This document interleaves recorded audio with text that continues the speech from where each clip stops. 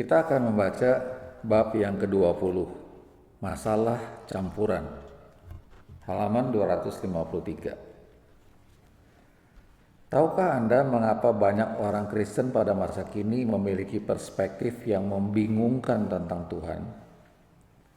Apakah yang menyebabkan orang-orang percaya mengira bahwa Tuhan kadang-kadang marah kepada mereka, tetapi kadang-kadang senang kepada mereka? Mengapa beberapa orang percaya mengira bahwa Bapa Surgawi mereka akan benar-benar menghukum mereka dengan penyakit dan wabah, jika tidak mungkin bagi mereka sendiri untuk menghukum anak-anak mereka dengan disiplin yang tidak masuk akal seperti itu? Penjelasan apakah yang dapat diberikan pada skizofrenia yang tampaknya ada di dalam tubuh Kristus pada masa kini? Saya memberitahu Anda bahwa kebingungan ini berasal dari apa yang disebut Galatianisme.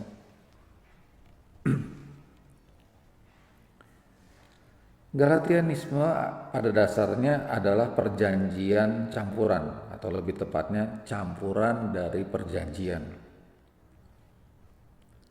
Itu adalah pencampuran ajaran-ajaran tentang Tuhan yang berisi sedikit tentang hukum Taurat dan sedikit tentang kasih karunia. Gereja di Galatia sedang bergumul dengan hal ini, dan dari nada keras Rasul Paulus kepada orang-orang Galatia, jelaslah bahwa Paulus menganggap masalah ini sangat serius. Anda tidak akan pernah menemukan Paulus sedang mengatakan kepada gereja atau jemaat di Korintus, "Hai orang-orang Korintus yang bodoh." Tetapi kita tahu bahwa di gereja Korintus saat itu sedang kacau keadaannya. Orang-orang di sana terlibat dalam berbagai macam dosa secara terbuka.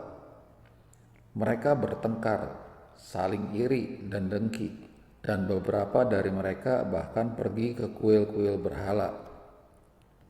Ada orang-orang Korintus, orang-orang percaya di Korintus yang saling menuntut di pengadilan. Mereka juga sedang menyalahgunakan karunia-karunia Roh Kudus. Secara keseluruhan, ada berbagai macam kegiatan tidak bermoral yang sedang terjadi di dalam gereja atau jemaat Korintus. Ada kekacauan yang benar-benar parah. Namun tidak sekalipun Rasul Paulus menyebut mereka dengan sebutan orang-orang Korintus yang bodoh, atau dalam bahasa pergaulan modern kita orang-orang Korintus yang tolol. Periksalah Alkitab Anda tidak akan pernah menemukan satu kali pun Rasul Paulus berkata demikian kepada jemaat Korintus. Sebaliknya, Paulus meneguhkan orang-orang Korintus dan memberitahu mereka, Tuhan yang memanggil kamu kepada persekutuan dengan anaknya Yesus Kristus, Tuhan kita, adalah pribadi yang setia.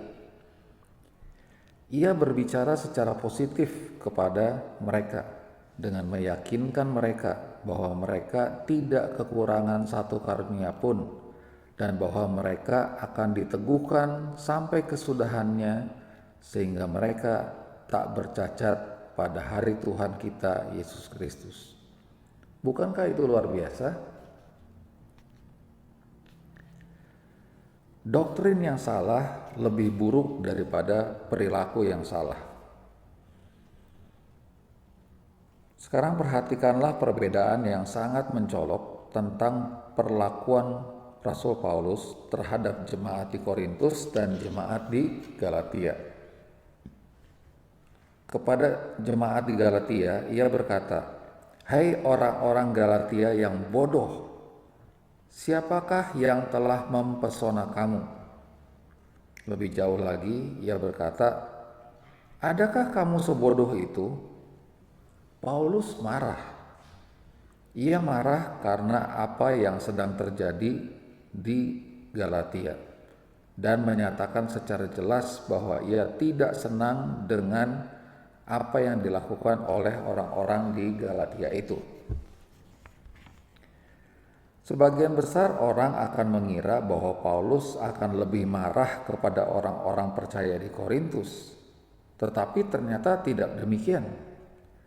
Reaksinya yang keras terhadap jemaat di Galatia mengungkapkan apa yang merupakan prioritas Tuhan.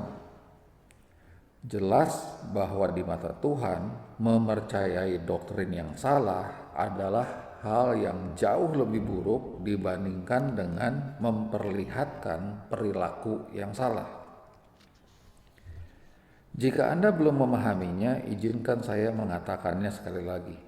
Bagi Tuhan, ajaran yang salah jauh lebih buruk dibanding tingkah laku yang salah. Jika berbicara tentang tingkah laku yang salah di Korintus, Paulus bersikap tenang dan sabar terhadap orang-orang percaya itu. Ia mampu menangani tingkah laku mereka yang salah karena ia tahu bahwa kasih karunia Tuhan mampu menangani pelampiasan tingkah laku mereka yang salah. Itulah sebabnya mengapa ia mampu untuk berbicara secara positif kepada mereka, bahkan memberitahu mereka, "Aku senantiasa mengucap syukur kepada Tuhanku karena kamu atas kasih karunia Tuhan yang dianugerahkannya kepada kamu dalam Kristus Yesus."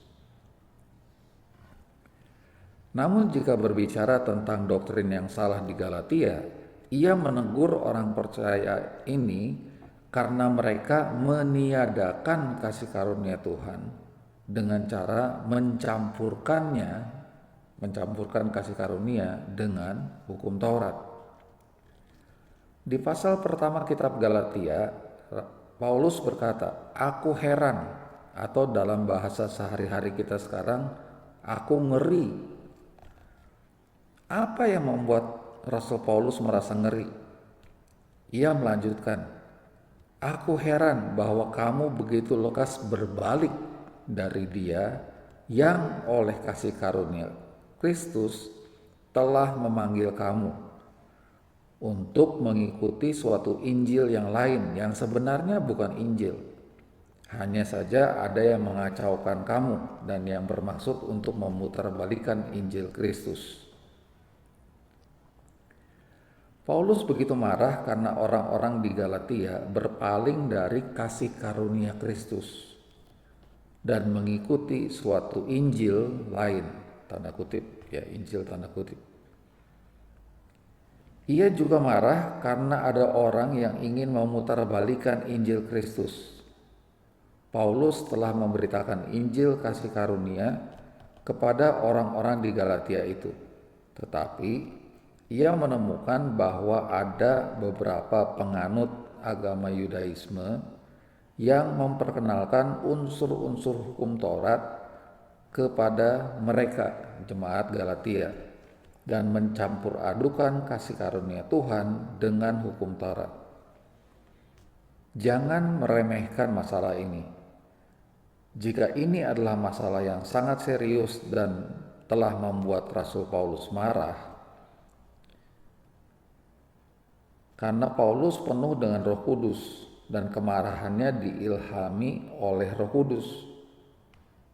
Dan itu akan bermanfaat bagi kita untuk benar-benar memahami mengapa pencampur adukan hukum Taurat dan kasih karunia telah membuat Paulus marah. Kasih karunia Tuhan adalah penyelesaian atas perilaku yang keliru. Bayangkanlah bahwa Anda memiliki setumpuk pakaian kotor di ruang keluarga Anda, dan setiap hari tumpukan itu semakin besar. Bau busuk itu semakin menyengat dan semakin tidak dapat ditanggung. Apakah ini masalah besar? Ya, itu tergantung. Selama mesin cuci Anda berfungsi dengan baik, itu bukan masalah besar. Tidak peduli berapapun banyaknya pakaian kotor Anda, selama mesin cuci Anda berfungsi dengan baik, masih ada harapan. Tumpukan pakaian kotor menjadi masalah besar hanya jika Anda merusak atau membuang mesin cuci itu. Tanpa mesin cuci, tumpukan pakaian kotor memang menjadi masalah besar. Apakah yang akan Anda lakukan dengan semua pakaian kotor itu seandainya mesin cuci Anda tidak dapat berfungsi dengan baik? Tentu ini masalah besar. Jadi tumpukan pakaian kotor itu dapat digambarkan sebagai perilaku-perilaku salah. Dan mesin cuci adalah gambaran dari kasih karunia. Jangan salah paham, kita tentu saja tidak ingin rumah-rumah kita berbau busuk. Namun, jika Anda memiliki tingkah laku yang salah, selama masih ada kasih karunia di dalam gereja, kasih karunia akan mengajar dan memberi Anda kuasa untuk mengatasi perilaku Anda yang salah itu. Tetapi jika tidak ada kasih karunia di dalam gereja, atau jika kasih karunia dicampur adukan dengan hukum Taurat dan ditiadakan, harapan apakah yang ada untuk mengatasi tingkah laku Anda yang salah itu? Mengizinkan pencampuran menyimpangkan Injil Kristus. Itulah sebabnya mengapa Paulus harus bersikap keras terhadap jemaat di Galatia. Dengan mengizinkan pencampur adukan kasih karunia dengan hukum Taurat, orang-orang di Galatia telah menyimpangkan Injil Kristus. Paulus telah memberitakan Injil kasih karunia kepada mereka. Tetapi setelah ia pergi meninggalkan mereka, beberapa penganut Yudaisme datang dan mendustai mereka dengan ajaran yang salah, seperti, "Ya, memang baik Anda sudah diselamatkan oleh kasih karunia, tetapi tidak cukup bagi Anda untuk hanya memiliki Yesus. Anda juga harus mengetahui dan menaati hukum Taurat Musa untuk menyenangkan Tuhan." Pada dasarnya, orang-orang ini sedang mengatakan kasih karunia memang baik, tetapi kasih karunia harus diimbangi dengan hukum Taurat. Jadi mereka mengajarkan hal-hal seperti 10 perintah Tuhan dan memberitahukan bahwa mereka harus disunat. Tanggapan Paulus adalah mengucapkan kutukan ganda terhadap orang-orang yang memberitakan Injil yang sesat kepada jemaat Galatia. Ketegasannya terhadap orang-orang yang memberitakan campuran itu melambangkan hati Tuhan pada masa kini. Kita akan lanjutkan. Judul subbabnya, Anda tidak dapat menyeimbangkan kasih karunia dengan hukum Taurat. Halaman 257.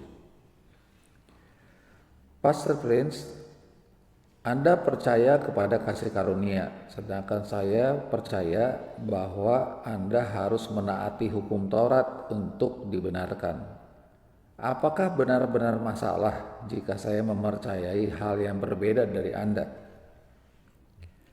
Baiklah, itu masalah yang cukup penting bagi Paulus untuk mengucapkan kutukan ganda. Banyak orang percaya menganggap bahwa campuran kasih karunia dengan hukum Taurat bukanlah masalah yang serius. Namun, tanggapan kita pada pencampuran hukum Taurat dan kasih karunia seharusnya sesuai dengan tanggapan Rasul Paulus. Ia merasa ngeri melihat jemaat di Galatia sedang mencampur adukan kasih karunia dengan hukum Taurat. Di banyak tempat pada masa kini, masalahnya bukanlah murni masalah hukum Taurat. Anda tidak akan menemukan hukum Taurat diterapkan secara murni di gereja-gereja Kristen. Yang akan Anda temukan di banyak tempat pada masa kini adalah pencampuran antara kasih karunia dengan hukum Taurat. Anda akan mendengar ajaran yang mencampur adukan ikatan perjanjian yang lama dengan ikatan perjanjian yang baru. Anda akan mendengar hal-hal seperti ini. Ya, Anda diselamatkan oleh kasih karunia. Tetapi setelah Anda diselamatkan, Anda sebaiknya tidak meremehkan hukum Taurat. Anda harus mulai menjalani kehidupan yang kudus dengan menaati 10 perintah Tuhan. Inilah yang disebut sebagai campuran, yaitu Anda mengambil sebagian berita kasih karunia dan Anda mengambil sebagian dari hukum Taurat. Banyak orang percaya bahwa ini namanya menyeimbangkan hukum Taurat dengan kasih karunia, dan mereka menganggap itu tidak masalah. Namun Tuhan telah memperlihatkan kepada saya bahwa apa yang manusia sebut sebagai keseimbangan, Tuhan menyebutnya sebagai pencampur adukan. Sahabatku, Anda tidak dapat menyeimbangkan hukum Taurat dan kasih karunia. Pembenaran Anda entah terjadi karena sepenuhnya hasil dari karya kasih karunia Tuhan atas Anda, atau dari jasa perbuatan-perbuatan Anda sendiri. Kasih karunia-Nya akan ditiadakan saat Anda menambahkan campuran kecil saja dari upaya-upaya manusia sendiri untuk dibenarkan. Jadi ini masalah serius. Tuhan membenci campuran. Sementara banyak orang setuju bahwa mereka diselamatkan oleh kasih karunia, namun mereka masih menundukkan diri di bawah hukum Taurat. Mereka bergantung kepada melakukan perintah hukum Taurat atau kepada ketaatan mereka terhadap hukum Taurat untuk mengupayakan, untuk menjadi berjasa, dan untuk menjadi layak menerima berkat-berkat Tuhan. Jika mereka mengira bahwa mereka telah melakukan perbuatan yang baik, mereka akan berharap untuk diberkati. Namun jika mereka jatuh dan gagal, mereka akan menumpuk rasa bersalah dan rasa penghukuman dalam diri mereka, serta menanti untuk menerima hukuman.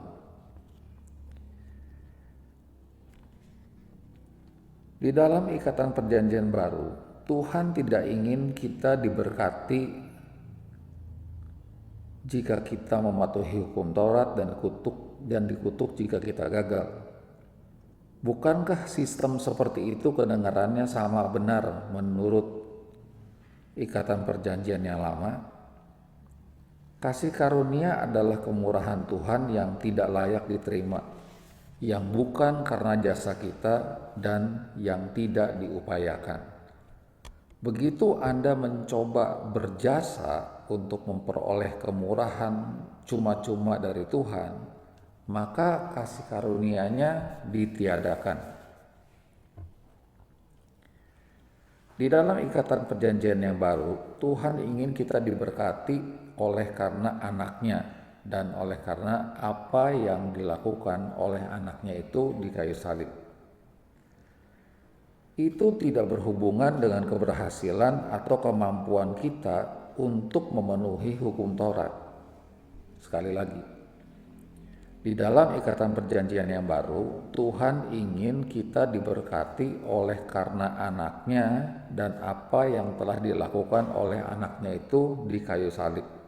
Jadi tidak berhubungan dengan keberhasilan atau kemampuan kita dalam mematuhi hukum Taurat. Orang-orang yang berusaha dibenarkan dengan mematuhi hukum Taurat masih memiliki mentalitas dari ikatan perjanjian yang lama. Bahkan jika mereka mengaku bahwa mereka sudah berada di bawah ikatan perjanjian yang baru, mentalitas mereka belum berubah. Mereka kembali kepada sistem lama yang didasarkan pada perbuatan-perbuatan baik dan kepatuhan lebih daripada mempercayai sistem baru yang didasarkan pada iman dan kepercayaan.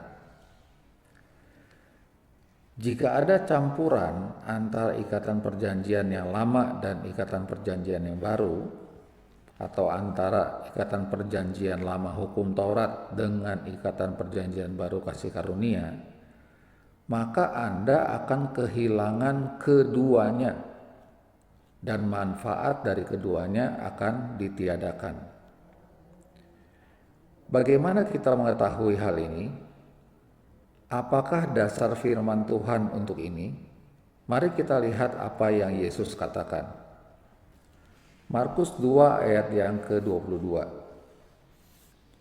Demikian juga tidak seorang pun mengisikan anggur yang baru ke dalam kantong kulit yang tua. Karena jika demikian, anggur itu akan mengoyakkan kantung itu. Sehingga anggur itu dan kantung itu kedua-duanya terbuang. Tetapi anggur yang baru hendaknya disimpan ke dalam kantung yang baru pula. Apa yang Yesus maksudkan ketika ia berbicara tentang anggur baru dan kantong kulit tua? Ia sedang berbicara tentang campuran dua jenis perjanjian. Anggur baru melambangkan ikatan perjanjian yang baru, kasih karunia. Sementara kantung kulit tua melambangkan ikatan perjanjian lama berdasarkan hukum Taurat. Pernahkah Anda melihat kantung kulit anggur yang tua? Kantung kulit tua itu rapuh, keras, dan kaku. Itulah hukum Taurat. Hukum Taurat kaku.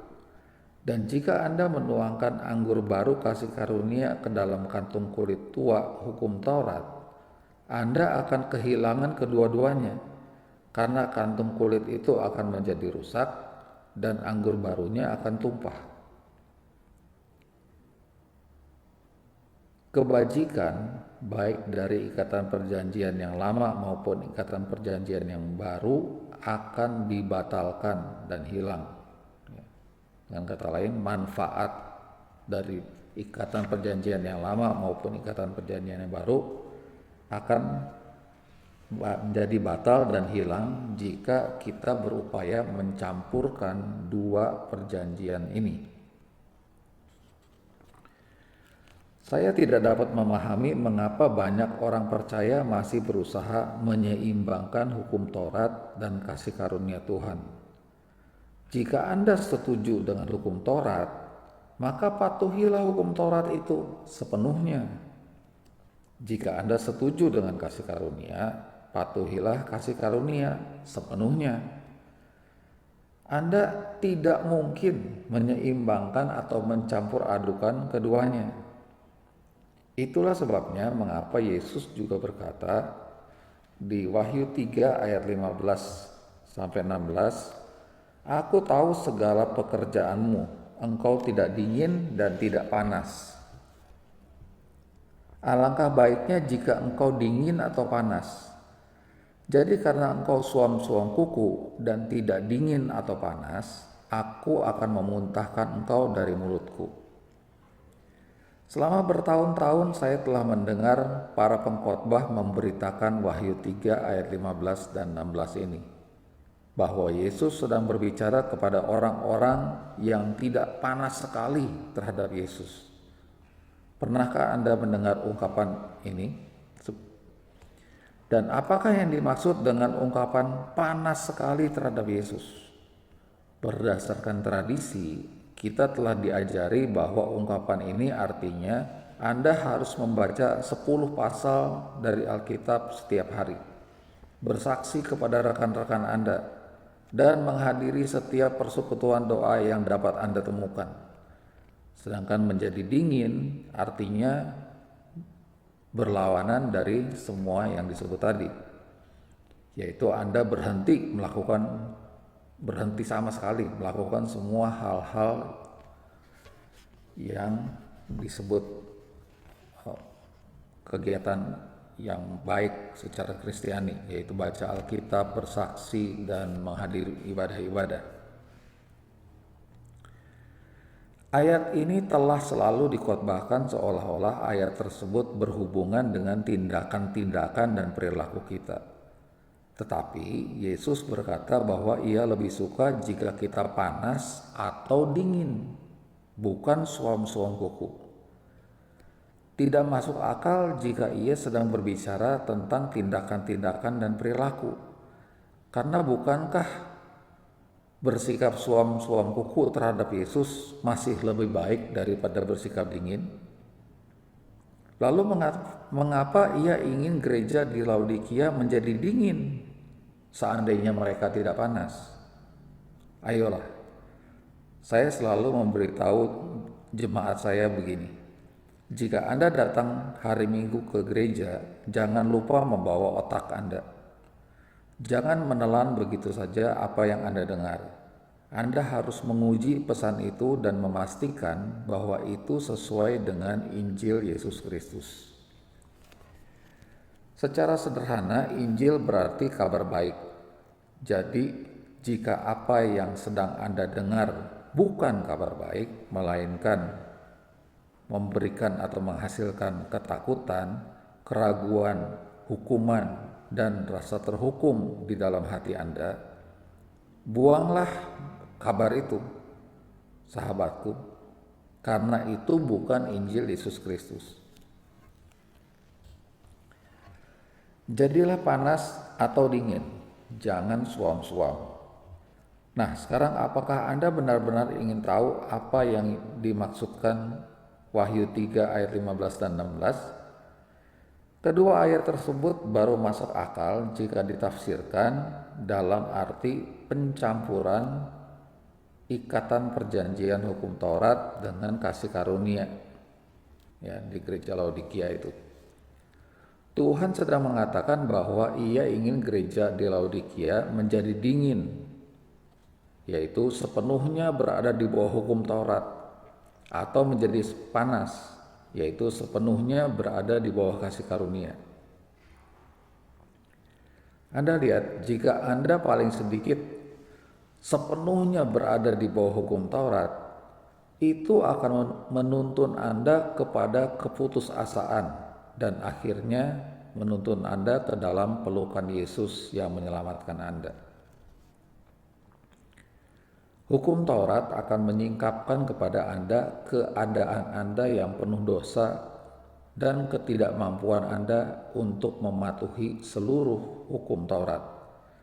Dan ini akan menyebabkan Anda melihat kebutuhan Anda akan kasih karunia Tuhan.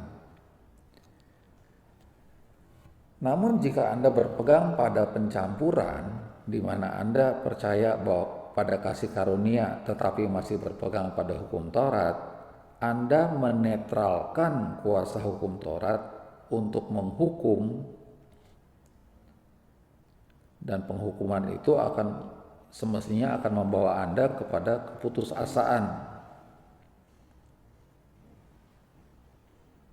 yang akan membuat Anda selanjutnya mau berseru untuk menerima kasih karunia dari Sang Juru Selamat. Itulah sebabnya mengapa Anda tidak dapat atau tidak boleh panas dan dingin pada saat yang sama, atau berpegang baik kepada hukum Taurat dan kepada kasih karunia pada saat yang sama. Begitu Anda berupaya menyeimbangkan kasih karunia dengan hukum Taurat, Anda menetralkan keduanya.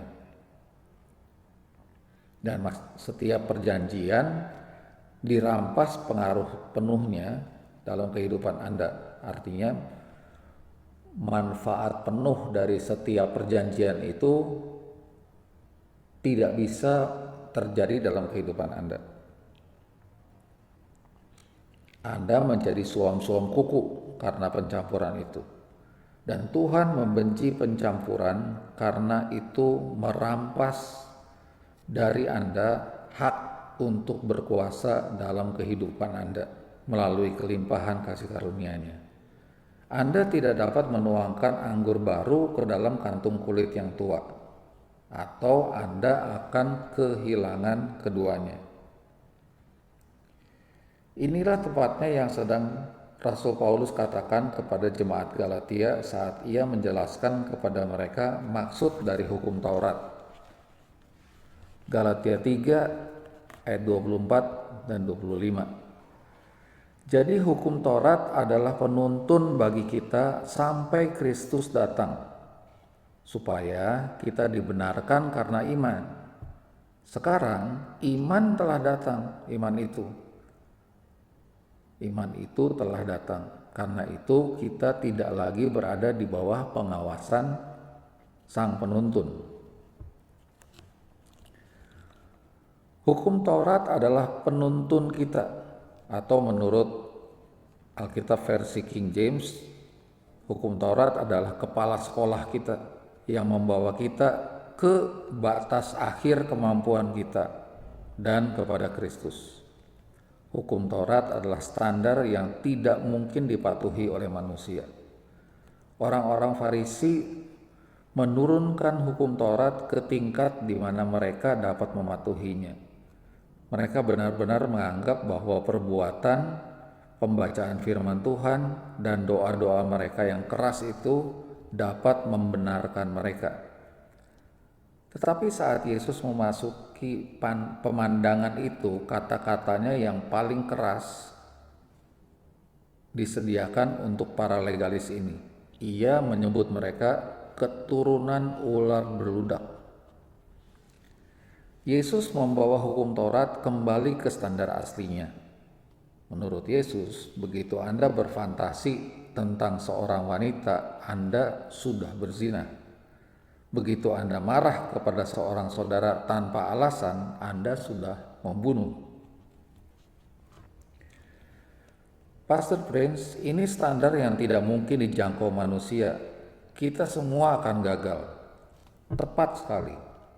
Akhirnya Anda memahaminya. Yesus menunjukkan kepada kita standar hukum Taurat dan kekudusan yang sejati.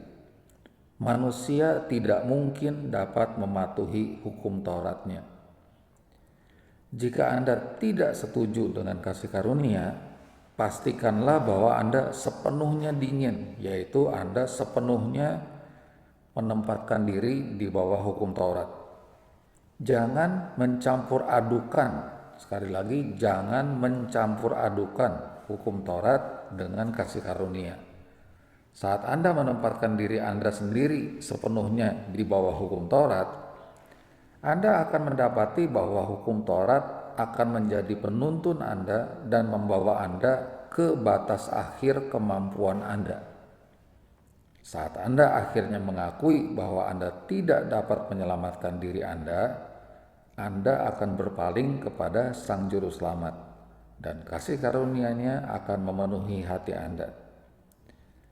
Anda lihat, saat Anda mengira bahwa Anda mampu, tangannya terikat, tangan Tuhan terikat. Dan Ia tidak dapat menolong Anda. Tetapi begitu Anda tahu bahwa Anda tidak mampu, itulah saatnya Tuhan dapat melakukannya. Pahamkah Anda? Kita lanjutkan. Judul subbabnya, dapatkah Anda menyelamatkan diri Anda sendiri? Halaman 263. Sebelum penjaga pantai berupaya menyelamatkan orang yang sedang tenggelam, ia akan menunggu sampai orang itu berhenti berupaya menyelamatkan dirinya sendiri. Jika orang itu masih bergumul, tangannya memukul dan kakinya menendang ke sana kemari. Penjaga pantai yang terlatih dengan baik tidak akan langsung mendekatinya, karena ia tahu bahwa ia akan ditarik ke bawah dan mereka berdua akan tenggelam. Jadi, meskipun penjaga pantai itu ingin menyelamatkan orang yang sedang tenggelam tersebut, ia tidak dapat menolong orang itu sampai orang tersebut kehabisan kekuatannya dan berhenti berusaha menyelamatkan dirinya sendiri. Baru saat itu penjaga pantai tersebut segera mencengkeramnya dan membawanya ke tempat aman. Demikian juga saat Anda mengira bahwa Anda masih dapat menyelamatkan diri Anda sendiri, kasih karunia Tuhan tidak dapat mengalir. Jika Anda mencampur adukan hukum Taurat dengan kasih karunia, keduanya akan tenggelam dan Anda akan kehilangan keduanya atau manfaat dari keduanya. Dengan kata lain, orang yang dalam tanda kutip sedang tenggelam itu harus mengetahui, harus menyadari bahwa ia sedang tenggelam dan bahwa ia tidak dapat menolong dirinya sendiri. Wah, itu pewahyuan yang sangat mendalam ya. Maksudnya sangatlah wajar untuk mengerti ini. Baru saat orang itu menghentikan upaya-upayanya, kasih karunia dapat datang dan menyelamatkan dia. Yesus tidak mempunyai pengaruh terhadap orang-orang Farisi, tepatnya karena mereka beranggapan bahwa mereka mampu mencukupi kebutuhan mereka sendiri dengan mematuhi hukum Taurat dan tidak melihat kebutuhan mereka akan adanya seorang juru selamat. Mereka tidak mendapat pewahyuan bahwa mereka sedang tenggelam. Di luar kasih karunia, Paulus memberitahu jemaat di Galatia, kamu lepas dari Kristus jikalau kamu mengharapkan kebenaran oleh hukum Taurat. Kamu hidup di luar kasih karunia. Inilah definisi yang sejati dari berada di luar kasih karunia. Pada masa kini, jika seseorang jatuh ke dalam dosa, para pendeta akan berkata bahwa orang itu telah hidup di luar kasih karunia. Tetapi Paulus tidak pernah memberitahu jemaat di Korintus bahwa mereka telah hidup di luar kasih karunia, meskipun dosa mereka sangat banyak. Berada di luar kasih karunia adalah berada di dalam hukum Taurat. Sekali lagi, perhatikan ini. Berada di luar kasih karunia adalah berada di dalam hukum Taurat. Perhatikanlah bahwa kasih karunia adalah tingkatan yang tinggi. Saat Anda berada di bawah hukum Taurat, Anda artinya telah jatuh dari tingkatan yang tinggi, tingkatan kasih karunia yang tinggi itu. Ya, Anda telah jatuh dari situ.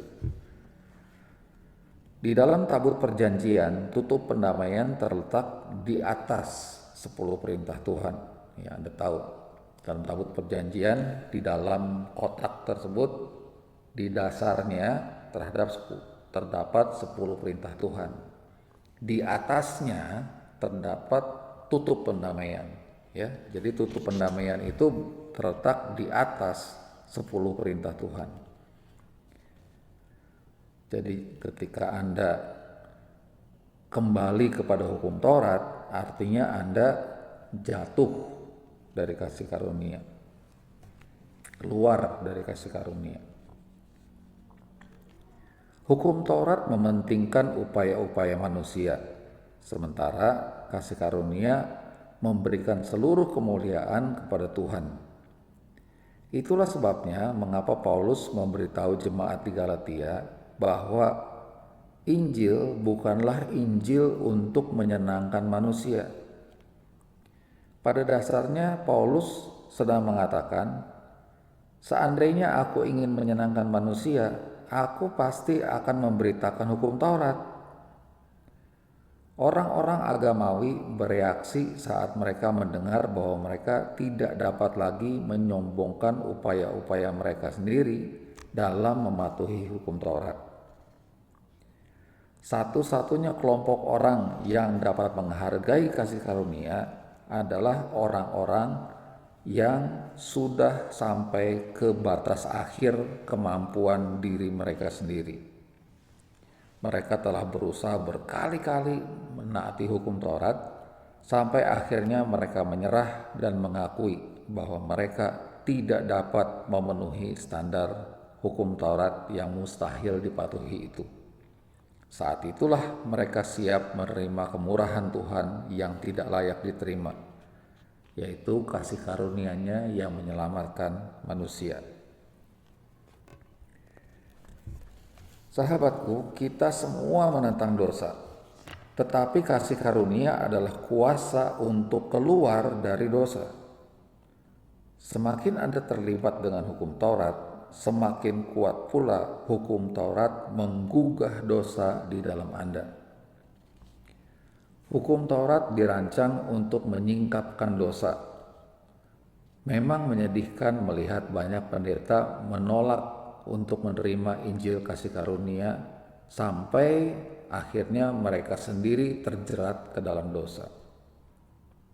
Baru saat mereka menyadari bahwa diri mereka terperangkap dalam dosa, mereka menyadari bahwa hanya kasih karunialah yang dapat memberi mereka kuasa yang sejati untuk menang atas dosa.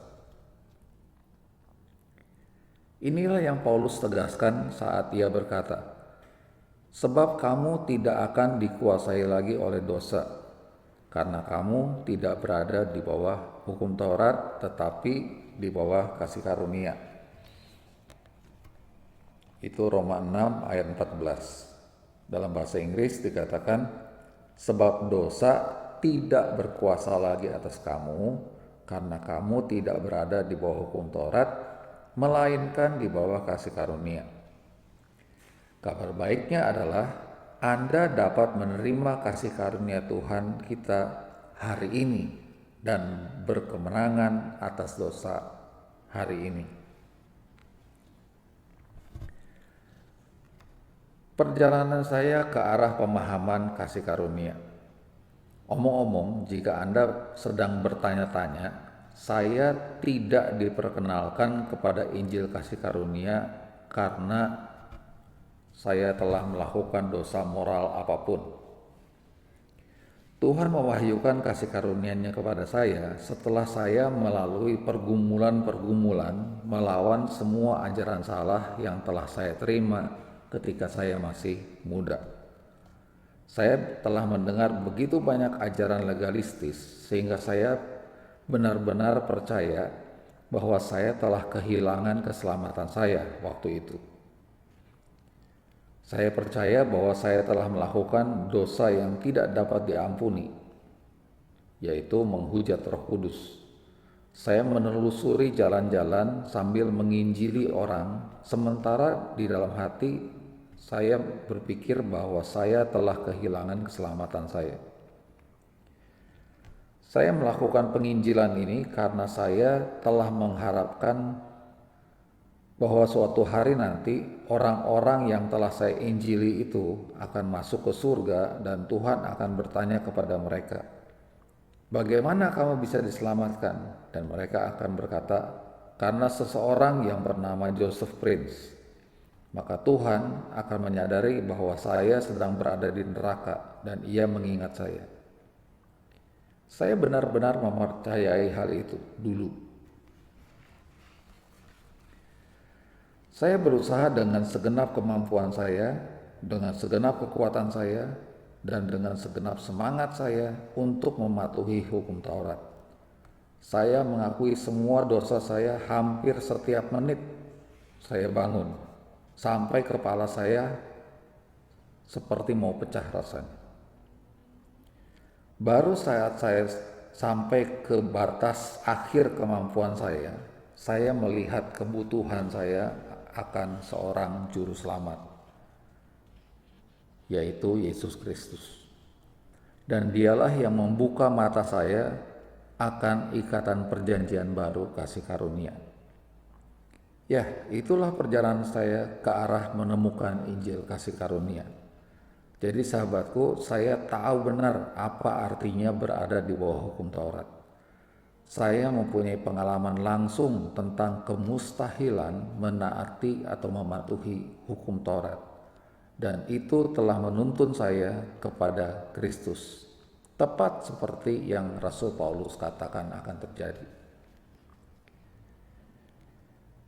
Inilah saatnya untuk meninggalkan Babilonia.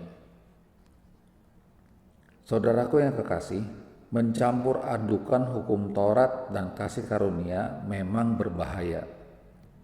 Ini akan menyebabkan Anda mengira bahwa Tuhan kadang-kadang senang kepada Anda, tetapi kadang-kadang marah kepada Anda.